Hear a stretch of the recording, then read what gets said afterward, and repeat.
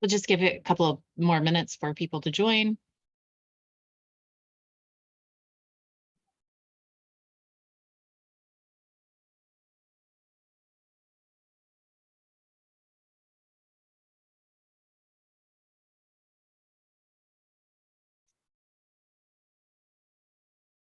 Good afternoon. Welcome to January 18th, 2024 meeting of the Federal Secure Cloud Advisory Committee, or FSCAC. My name is Michelle White, and I'm the designated federal officer, or DFO, for this advisory committee. I would like to thank all of our presenters, attendees, and stakeholders for joining us today, including those who've provided public comment. Public comments submitted via the FSCAC public comment form by last Wednesday, January 10th, have been provided to the committee members. Before we start, there are a few things that you should know. This meeting is being recorded via Zoom. This advisory committee is also statutorily required under the James N. Inhofe National Defense Authorization Act for fiscal year 2023, and thus formally established under the Federal Advisory Committee Act, or FSCA, as of our charter's official filing date of February 28th, 2023. This committee is considered a federal advisory committee and is governed by the requirements under FSCA. My role as the DFO is to manage the day-to-day administrative operations of the committee and attend all committee meetings and ensure that the committee operates in compliance with FSCA.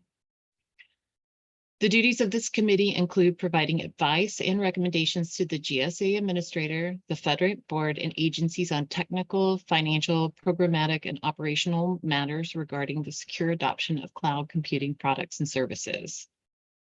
The majority of the work of this committee will be focused around the Federal Authorization Act of 2022's statutory requirements and purpose. Specifically, we will be examining the operations of FedRAMP and determining ways that the authorization processes can be continuously improved, collecting information on feedback on agency compliance with and implementation of FedRAMP requirements, and serving as a forum that facilitates communication and collaboration among the federal stakeholder community.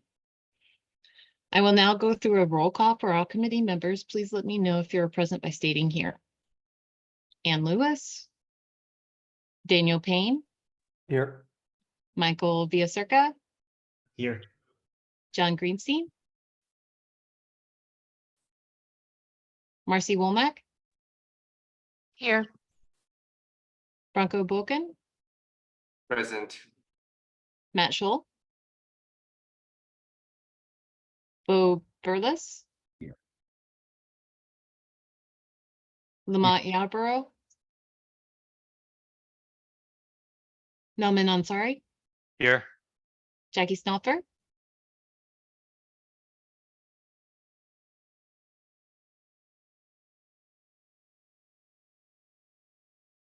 Jackie, you're on mute.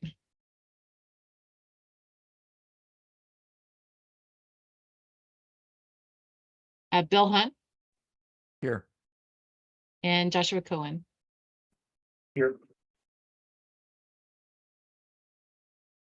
Okay, thank you all. It looks like we do have a quorum established. A quick note, as you might have noted, Anne is not in attendance today. Due to her unplanned absence, our delegation of authority is allowing the DFO to chair meetings in the chair's absence will be enacted. And I will be acting as the chair in her absence, as well as the DFO during this meeting.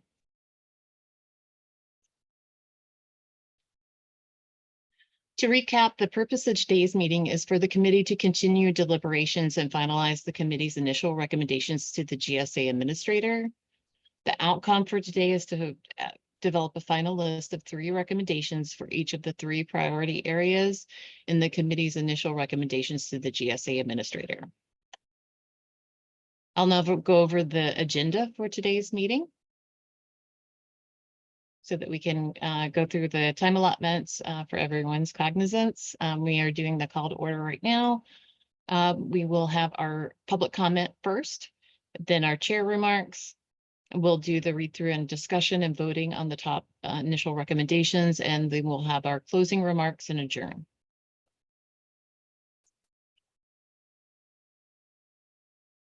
One housekeeping item for members of the public attending. The committee has received a new delegation of authority for subcommittees. It states to expedite and streamline the appointment process for members to a subcommittee, the authority to appoint FSCAC members to FSCAC subcommittees and to appoint non-FSCAC members to FSCAC subcommittees has been delegated from the GSA Administrator to the GSA Commissioner of the Federal Acquisition Service, or FAS. Essentially, this speeds up the process of appointing members to subcommittees by assigning approval from the GSA's Administrator's Office to the Commissioner of FAS office. Some additional housekeeping items for our committee members. We have a lot of discussions scheduled for today. If you have a question during the discussion, please raise your hand using the button on your Zoom platform. You will be called on based on your position in the queue. Again, please identify yourself before speaking, so those listening via webcast or reading the minutes after the meeting will know who made which comment. And also, please make sure that your microphone is muted anytime you are not speaking.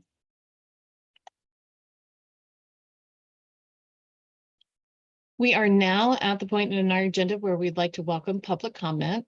I'd like to welcome the public to unmute themselves and share their comments. To open our forum to speakers today, please note a timer will be displayed on the screen indicating your time remaining, and the alert will indicate that you are out of time. We have allotted 3 minutes for each speaker. We will be interrupting, and if needed, muting speakers who exceed 3 minutes to allow for more people to speak. So please speak succinctly and please be respectful of the time. Again, all public comments submitted by Wednesday, January 10th were presented to committee members prior to the meeting. As always, we welcome you to submit your comments anytime using our form on our website, www.gsa.gov/FSCAC.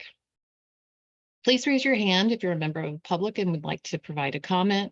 I will call on you to unmute yourself in the order in which you raised your hand.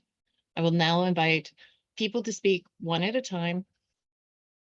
Do we have any public speakers who would like to have a public comment at this FSCAC meeting?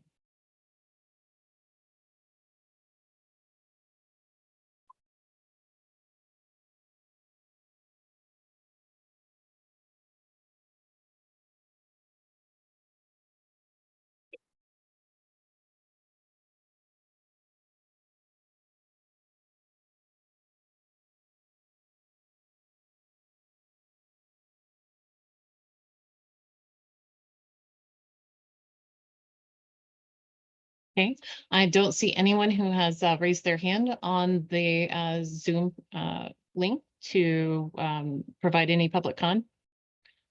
So this concludes our public comment section for today. Thank you all.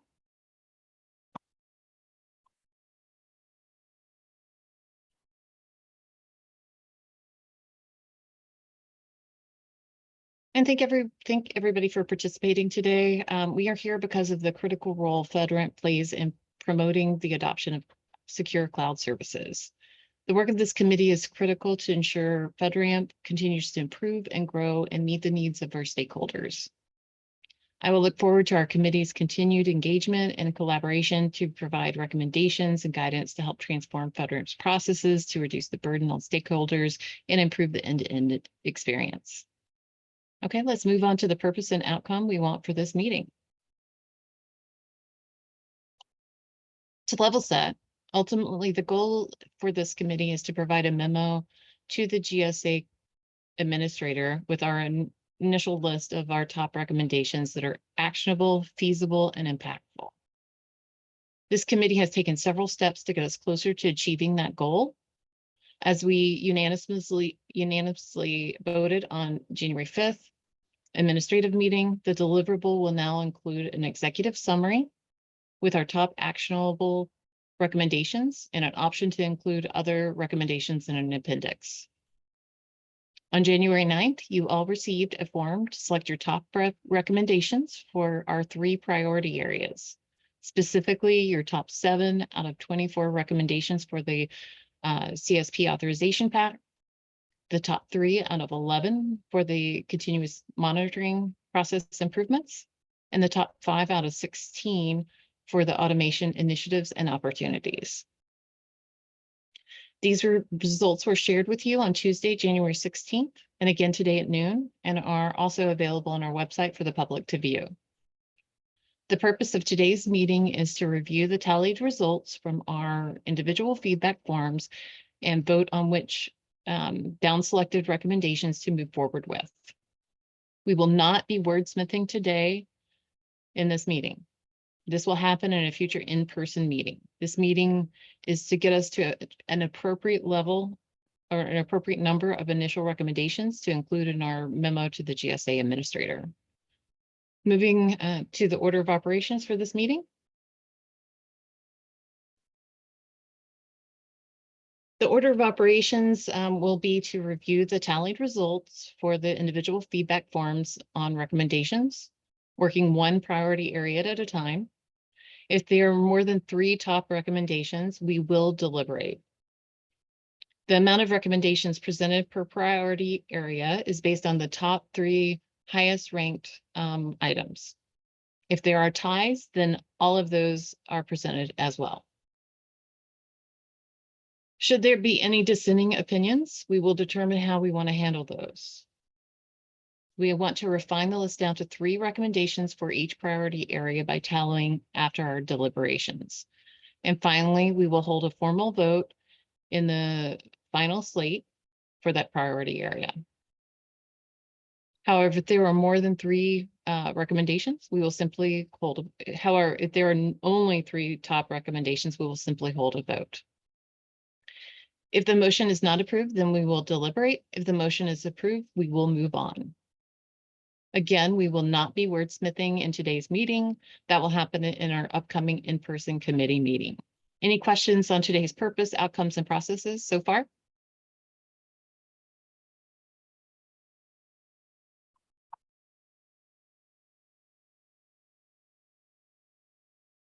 Great. Moving on to our read-through discussion and voting for today. We're going to start by reviewing the top recommendations for our first priority area, CSP authorization improvements, and vote on the top 3. If the vote is not approved, we will deliberate for no more than 20 minutes and then vote again. If the vote is approved, we will continue on with the next 2 priority areas using the same processes. As we voted and agreed on our January 5th administrative meeting, the FSCAC staff will be taking these top priority recommendations and formulating an executive summary for our review, editing, and finalization, along with the rest of the deliverable in our future in-person meeting. As a reminder, there will be more opportunities in the future to discuss other recommendations that we don't include in this initial initial memo. Any questions?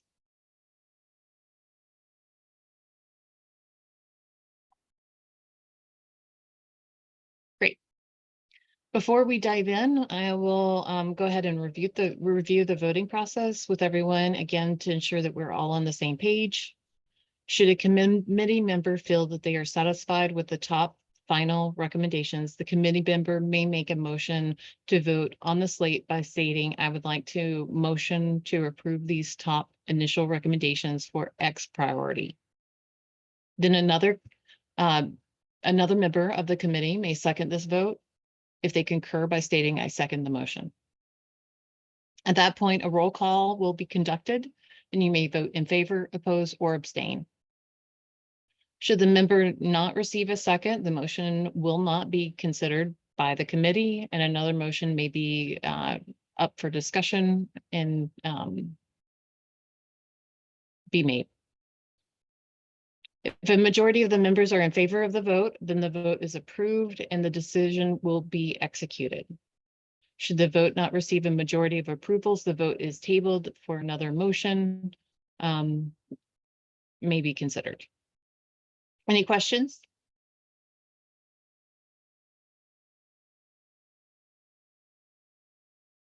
Fantastic. Let's go ahead and jump into our first priority area, CSP authorization improvements. For reference, in case you need it during the meeting today, each of you have received a current copy of the draft deliverable and a spreadsheet showing the rankings and total tallies of the top recommendations selected. These documents were also resent to you at noon today. For the CSP Authorization Improvements Priority Initiative, we were able to narrow down the top 3 out of 24 recommendations, which is great news. To me, that seems like the max we'd want to present to the GSA Administrator. So we'll take a moment to review these top 3 and then take a vote.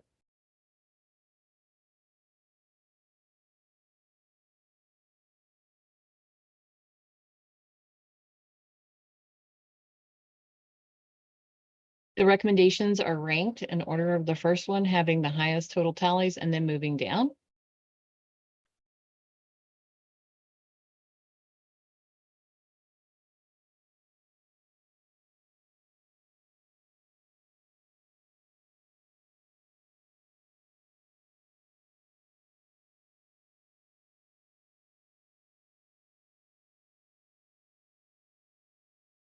Jackie, go ahead. You have a question? I do, thank you. And I missed the roll call. I apologize. I was having technical issues. I know we're not wordsmithing, but we're missing an and in item 3, establish a matrix of fully inherited and hybrid responsibilities. Just to make sure that we understand what that really means. So. Thank you, Jackie, and we'll notate that. Michael, go ahead. I just had a clarifying question. On the list, the top 3 will go to the GSA Administrator for recommendation to the PMO. Is that correct? Our recommendations, so how the committee works is that our recommendations go directly to the GSA Administrator. Mm-hmm. She makes those reviews and then she passes that information on to her staff, which would include the FedRep office. Okay, and then just a quick follow-up on that. For items, as these items complete throughout the year, do we have the ability to then review the remaining items and continue to add them to the top 3? Yes, what we can do, this is again just our initial top 3 that we are recommending that are items that will go to the GSA Administrator. We can do many things like create subcommittees to review some of the items that we have listed in there that were listed as lower priorities. We can create subcommittees to review those. We can also focus the larger committee on doing work around those recommendations also. Basically, it's going to be up to us what we would like to work on next. Okay, perfect. Thank you so much. Any other questions?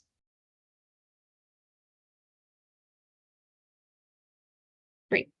Looking at these recommendations listed on the slide, I, as the acting chair, would like to make a motion to approve these top 3 recommendations for the first priority area to be given to the GSA Administrator for our deliverable. Do I have a second? Second. Thanks, Jackie. All right. I am now going to ask each member for your vote in a roll call. Acting for Ann Lewis, I vote approve. Daniel Payne. Approve. Michael Villacerca. Approve. John Greenstein. Approve. Marcy Womack. Approve. Thank you, Marcy. Branka Boken.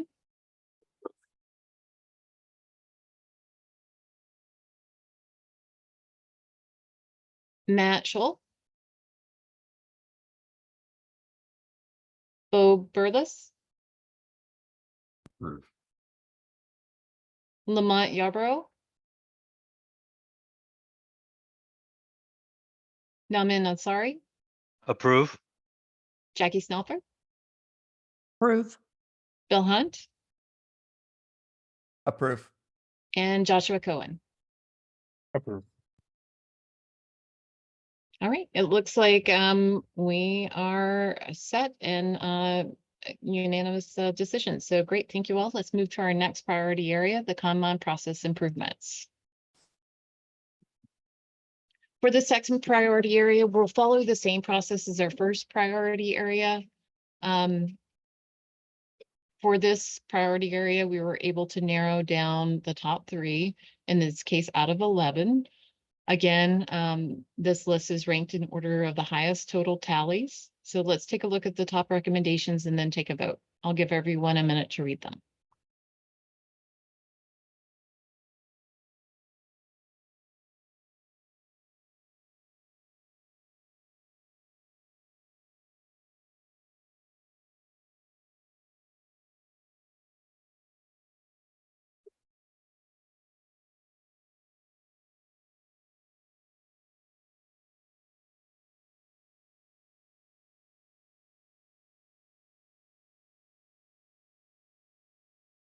I'm going to pause here and see if there are any questions about these 3 recommendations.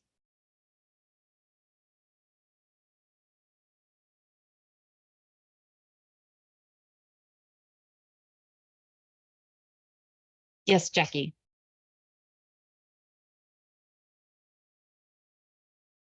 Yes, Jackie. Okay.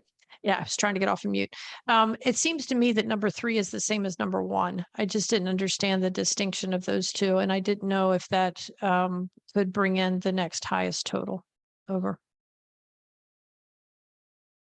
Great. Thanks, Jackie. Any other questions?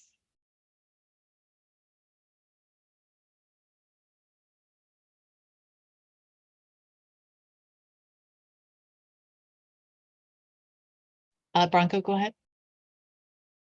Yeah, I agree with Jackie. There were several items that appeared to be similar or very related that could be merged, but I don't know how we want to handle them. But I just want to agree with that. Great, thank you. Yeah, again, we can distinguish between them in our in-person meeting, but we probably should at least have a top 3 to centralize what our discussion and wordsmithing for that meeting to be on. Do we have consensus that we would want to move forward with a vote?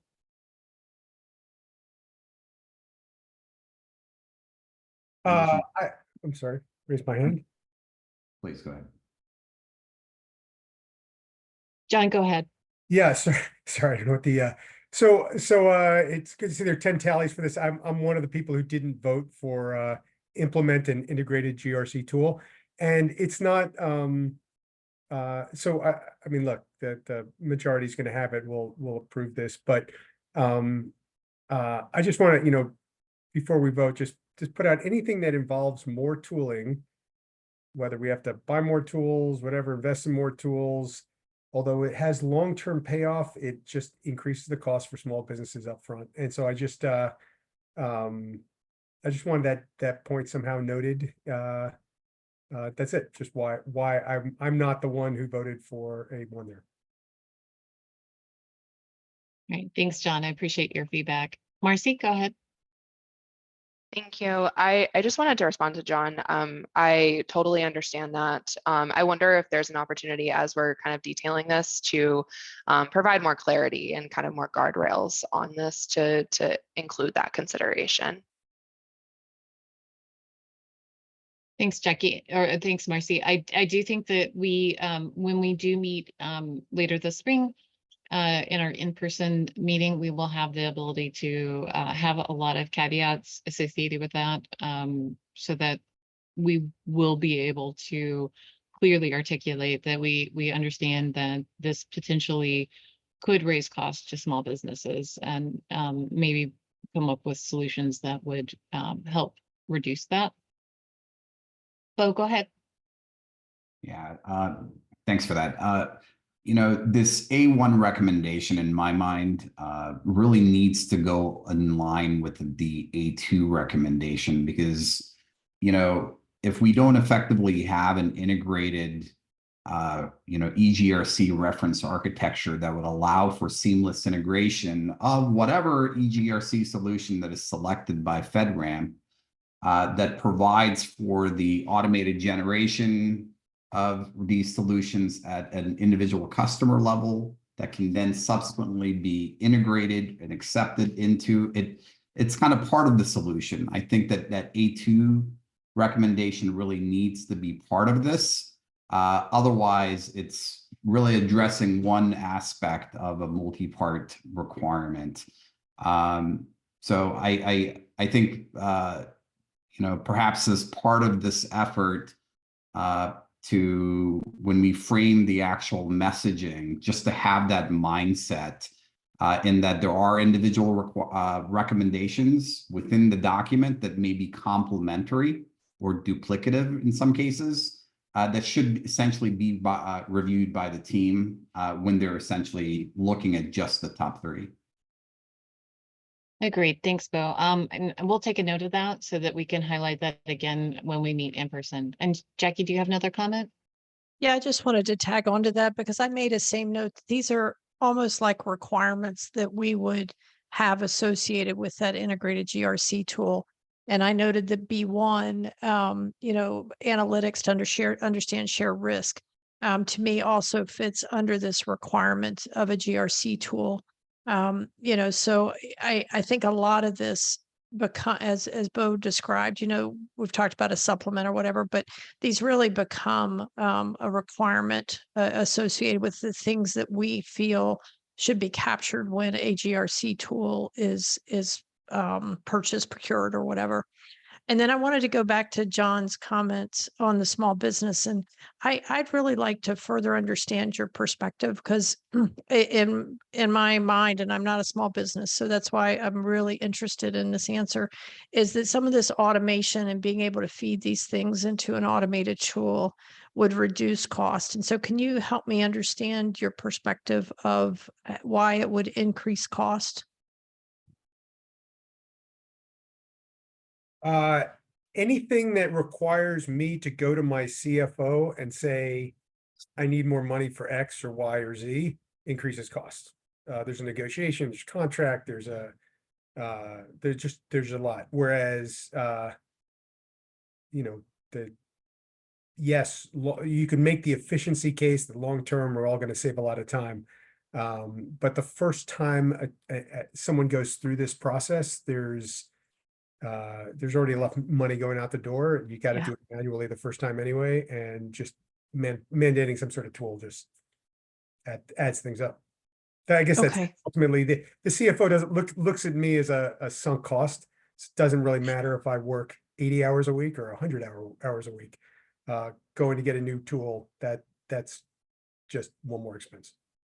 Okay. Yeah, I appreciate that, John. I was thinking from the fact that y'all are already doing scanning, using tools, and this would just take that data into an automated tool to help with understanding across the federal space. So I didn't look at that as a new tool purchase for you. So thank you for that input. I know, I appreciate that, Jackie. And to clarify, I sort of have the same like itchiness when, even when we talk about OSCAL, obviously that's the wave of the future. Of course, we want to implement those things. I just felt like the rush to, I don't want to say it's a rush, the enthusiasm for new widgets that save money or time in the long term, not top of mind for myself, and I think I speak for other small businesses out there. But again, I'm not going to stand in the way of this recommendation. I just wanted to raise my hand, at least articulate what I was thinking. Yeah, and I appreciate that, John, because I don't share that experience. So that was really helpful for me. Thank you. And I do want to remind everyone that I think that, small business considerations would be an excellent subcommittee group for FSCAC. So that is one of the options that we can do. We can create a subcommittee to go out in charge and look at how some of these recommendations and other impacts that policy may have on small businesses, or how to encourage small business participation in FedRAMP. there are a lot of options for us. But let's try to refocus back on what we are looking at today. Looking at the recommendations listed on the slide, as the acting chair, would like to make a motion to approve these top recommendations for the second priority area and our deliverable to the GSA Administrator. Keep in mind, we will have our in-person meeting in the spring to go through and put lots of caveats and text around what these actually do mean.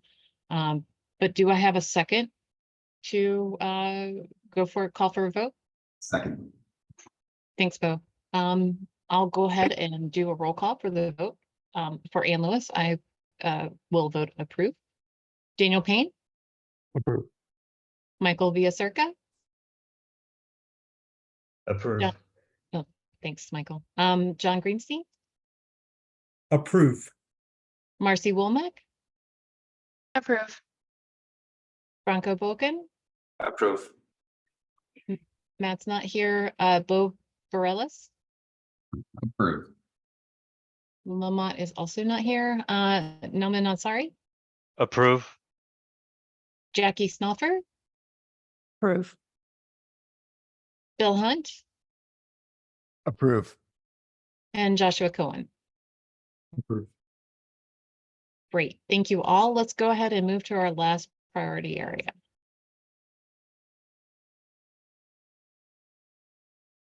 For automation initiatives and opportunities, our top recommendations area, we have a list of the top 4 out of 16 recommendations.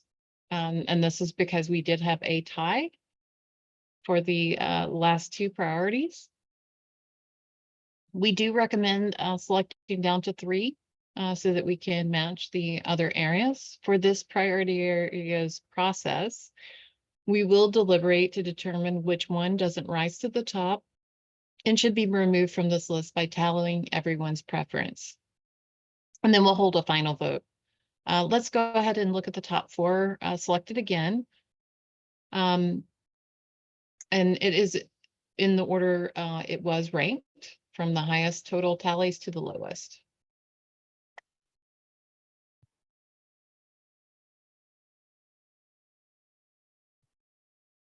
After seeing the top recommendations, are there any in this list that someone would like to discuss further?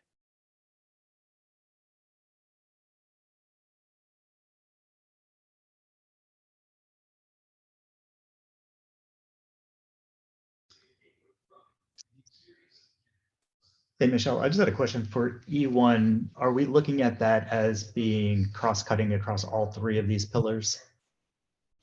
Like, would it be an award like to potentially build that GRC tool that also supports the automation initiative? Like, I just want to make sure we're not siloed by any means. Yeah, I think that the intention behind E1 was that that it would basically both cut through the GRC tool and other automation initiatives. So Okay. I don't think that it's specific to the GRC tool, but obviously that is where most of the data is going to live. So it would definitely have to be part of that. Got it. Thank you. Daniel, go ahead. This is Daniel Payne from Databricks. I was just going to suggest that perhaps A3 might be kind of part of B1 if they're reviewing the current set of requirements, controls, and deliverables. It's possible that that could just be rolled into that. So I don't know if everyone else agrees, but if that's the case, then we might have a top 3 that we can roll with. Can I second that? Oh yeah, we can definitely move forward and vote with incorporating A3 into B1. Darcy's doing it live for us so that we can actually see it. Thank you, Darcy. And when she finishes, there we go. Perfect. Well, I'll go ahead and do a roll call, and this will be our final list of the 3. For Ann Lewis, I will go ahead and vote approve.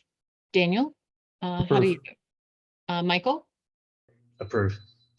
John? Approve.